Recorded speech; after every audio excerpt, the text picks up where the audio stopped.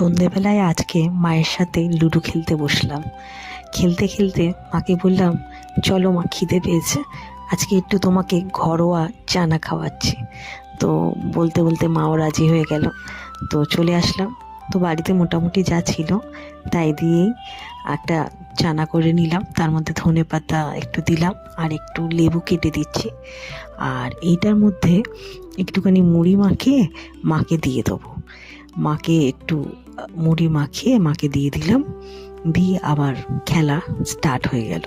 কিন্তু এই যে সাপের খেলার একটাই প্রবলেম, সাপের মুখে পড়লে বারবার নিচে নেমে যেতে হবে। তাই চা খেতে খেতে ভাবলাম, না, খেলাটা আমাকে জিততেই হবে।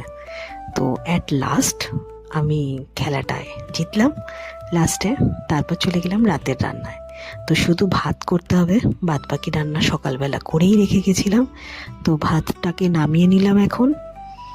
আর সাথে রয়েছে পালং শাকের তরকারি আর মাছের ঝোল। তো ভাতটা খেয়ে নিচ্ছি। ভাতটা খেয়ে নিয়ে এবার মাকে ওষুধ দিয়ে আজকের মতো টাটা। পরে আবার আপনাদের সাথে দেখা হবে।